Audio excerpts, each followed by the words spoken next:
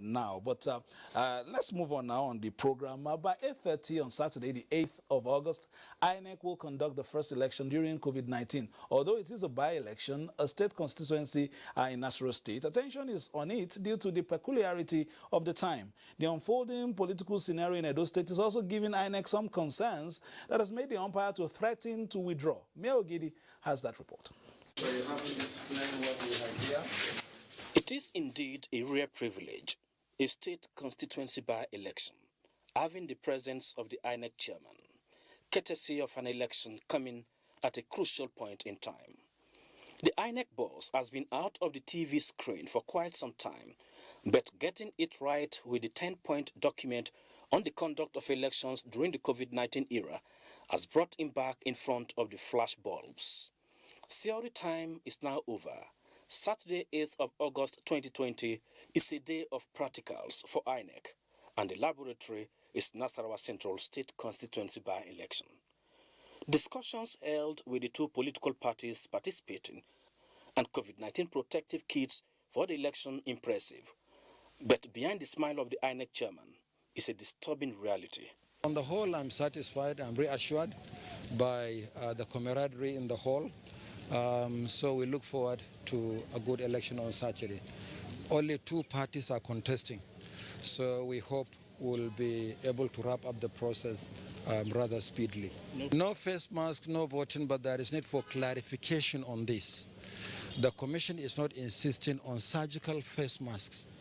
Any face covering will do as the voter approaches the inner cordon. This is the test running elections. So far, at the COVID era, this is the first election that is going to be conducted. So definitely, like I said in the meeting, we used the opportunity 2 weeks ago to educate our supporters at the APC party. Now today, I'm calling on them that we should come and strictly abide by the kind of advice and the education that they had about the COVID-19 process. Party agents and officials should abide by the rules and regulation of INEC. They must ensure that there's no infighting. They should not allow a system where there's a rigging. Away from the Nasarawa Central State Constituency election, the INEC chairman also spoke on the ongoing campaigns in Edo State. We are carefully monitoring what is happening in Edo and also Ondo of the situation, particularly in Edo State.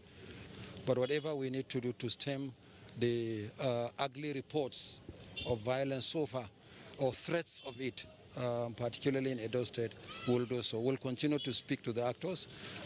The assurance has been consistent with the assurance that we have always given. We are not a political party. We have no candidates in the election. We will jealously guard our processes. But as I said, and I keep repeating myself, anybody who thinks that he can influence the people's choice on election day through violence is wasting his time. If there is violence, we'll simply withdraw and we'll see who will declare winner in that manner. Good to go for Nasarawa Central State polls, but worried over Edo governorship elections. So, returning to the office for a peace-building move.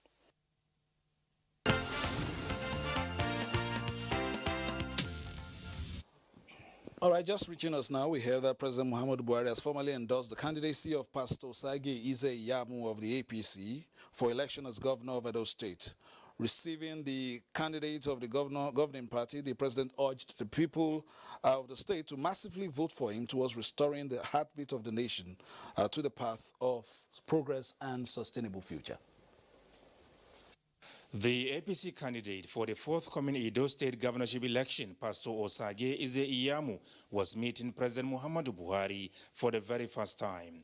He was formally introduced to the Nigerian leader by, amongst others, the chairman, APC caretaker and Extraordinary Convention Planning Committee, chairman, Progressives Governors Forum, and chairman, APC Governorship Campaign Council for Edo State. Discussions at the interactive engagement that followed behind closed doors centered on ways and means of ensuring that the APC candidate achieves triumphant victory at the polls. Most importantly, the APC leaders want the conduct of the election to be very peaceful and orderly towards achieving a credible outcome. As we are all aware, Pastor Ize Iyamu is not a greenhorn in Edo politics. He's a grassroots politician, loved by his people, and he went through the transparent process that produced him, and Mr. President has endorsed him. The party has endorsed him. So Mr. President is impressed with his performance so far. For the Progressive Governors Forum, the defining thing is continuity of the All Progressive Congress in governance at the federal and across Nigeria. And we will support our party any day.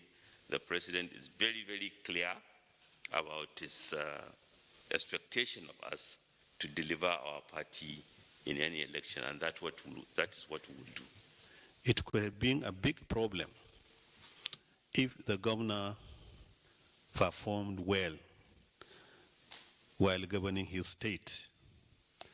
He could have been an asset to PDP, but I assure you that governor is a liability. So we are ready to fight somebody who has failed woefully in the areas of human development, failed woefully in the areas of providing infrastructural facility to the good people of Edo State. I want to express my gratitude to Mr. President for the reception I got this morning. Very warm, very fatherly. Let me also use this opportunity to debunk the story that has been going around in the past 1 week from the opposition that Mr. President did not want to see me. There's no truth in it. The cooperation I've received is unprecedented. All the governors are practically calling and seeing how they can support. And I'm happy to belong to the progressive family. And I want to assure you that we'll win overwhelmingly. We believe in peace. Our president. All right, Pastor Sagi is there talking about his endorsement. Now let's move to the second discussion for today. After talking about the political issue, the efforts to get the nation back on an even keel after the lockdown has been on, and of course we know that the pulse of government is not particularly limitless. Now, Emeka Zibogu, that's right, Honorable Emeka Zibogu of Enewe North, Enewe South Federal Constituency, has been investing in his constituency. He joins us now on a political update. First of all, as a politician, you heard INEC and the new guidelines. We'll see a template tomorrow in Nasarawa State. What are your expectations in terms of the voters and in terms of the candidates themselves, in terms of looking at the realities of COVID-19 at this time, and politics and this huge number of people always going to the same location? Thank you very much for having me. My name is Chris Emeka Azubog. I'm a member representing Nnewi North, Nnewi South, and the Kusigo Federal Constituency. I'm a member of the representative. I thank you for what you're observing of the new normal we are facing. That cuts across all sectors, and the realities are on ground anyway.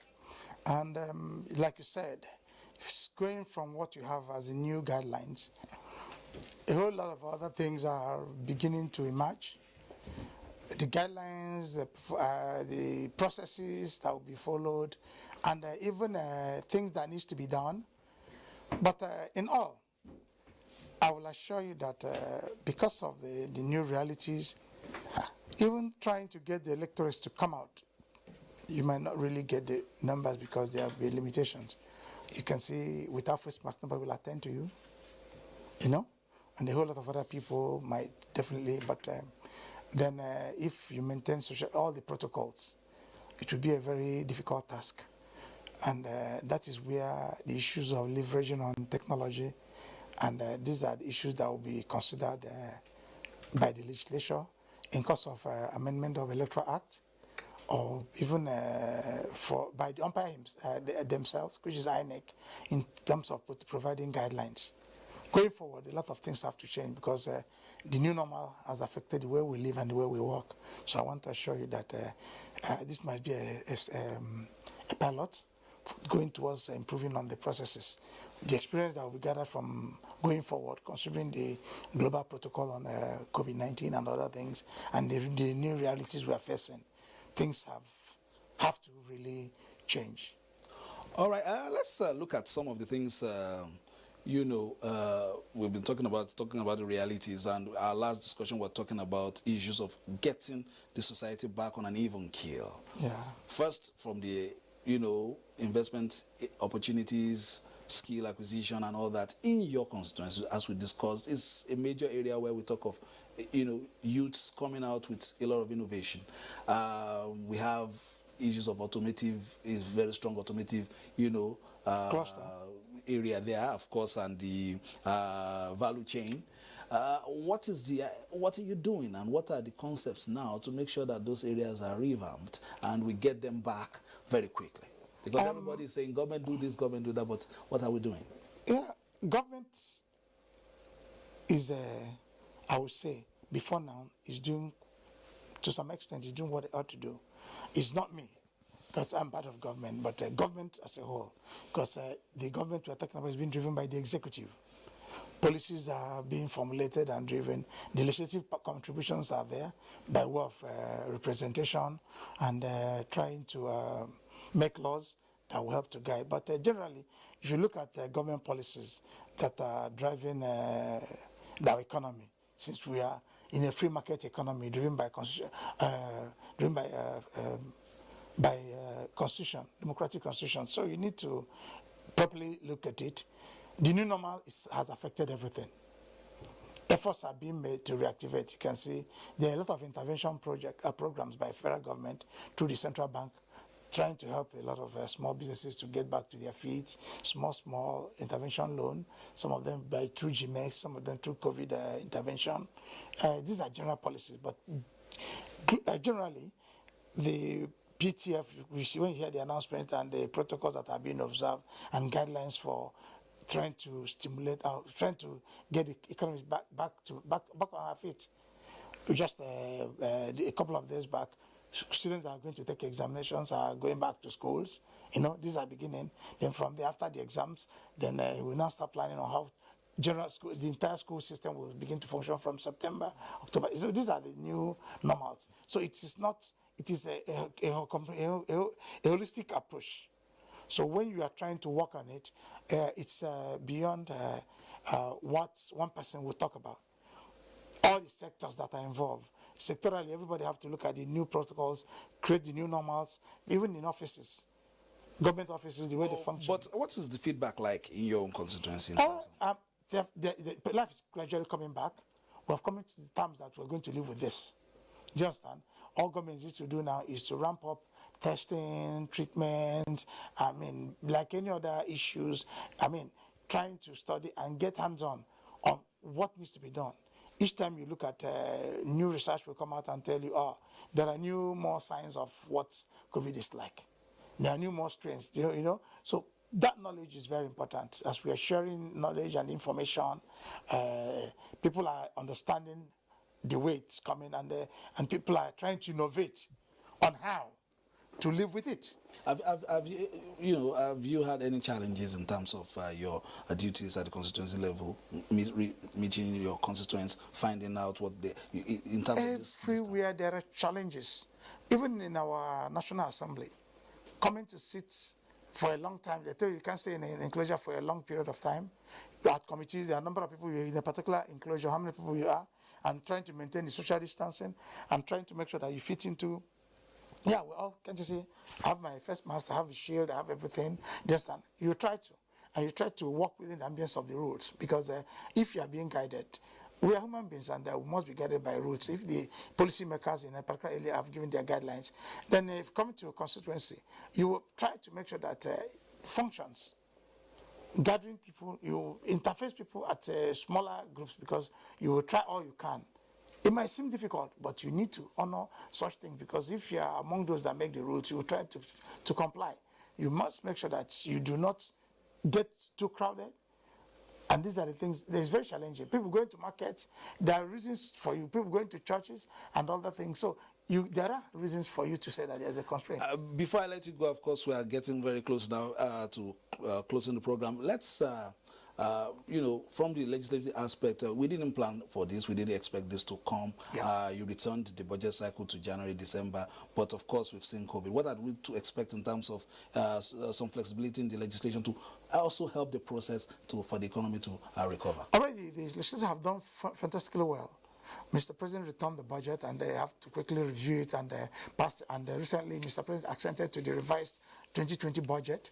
There's a considering the unexpected that happened, or that we have found ourselves in. So all those things are there, but it has not changed changing of the calendar for the budget.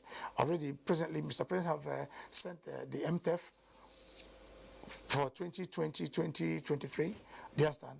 Medium-term expenditure framework for passage for National Assembly, which will help them to prepare the budget proper for 2021 to be submitted for National Assembly by September, October. So I believe work is in progress, and these are the new realities are being considered in carrying out work, and I'm sure the legislature that I'm part of, we're doing everything to make sure we support the executive to do the needful for things to move forward. Yep. Thank you very much. We had Right Honorable Emeka Chris Azubogu on the program today with his interventions on the show. We also, of course, will get you back to give us an update on some of your efforts as well, and some of the feedback from your area. Of course, we'll continue the program on Tuesday. We hope to get back Mr. Chidun Wabuzo, Public Relations Officer, Edo State Command, to actually look at what is happening in Edo State, and as a preview of the gubernatorial elections expected, of course, in September, and of course the INEC angle as well.